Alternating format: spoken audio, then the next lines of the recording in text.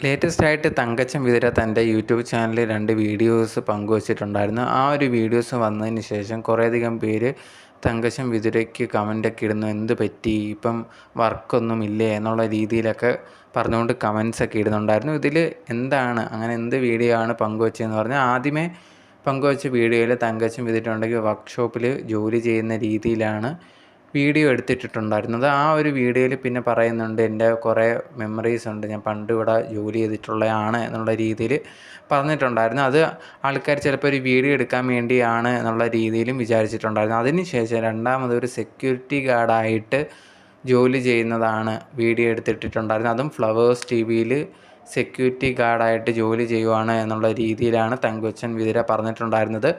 എന്നാൽ കുറേയധികം പേര് ഇത് ചുമ്മാ എന്തെങ്കിലും അടുത്ത സ്കിറ്റിന് വേണ്ടിയിട്ടായിരിക്കും എന്ന് പറയുന്നുണ്ടായിരുന്നു. പക്ഷേ എന്നിരുന്നാൽ പോലും തങ്കച്ചൻ വിതുര അത് ഇല്ല എന്നും പറഞ്ഞിട്ടില്ല. അതുകൊണ്ട് തന്നെ ആൾക്കാർ ഇപ്പോഴും വിശ്വസിക്കുന്ന ഇതേ കണക്ക് സെക്യൂരിറ്റി ആയിട്ട് തന്നെ ജോലി ചെയ്യുവാണ്, ഷോസൊന്നും ഇല്ലാത്തതുകൊണ്ട്, വേറെ പരിപാടി ഇല്ലാത്തതുകൊണ്ടാണ് എന്നാണ് ഇപ്പോൾ ആൾക്കാർ വിചാരിക്കുന്നത്.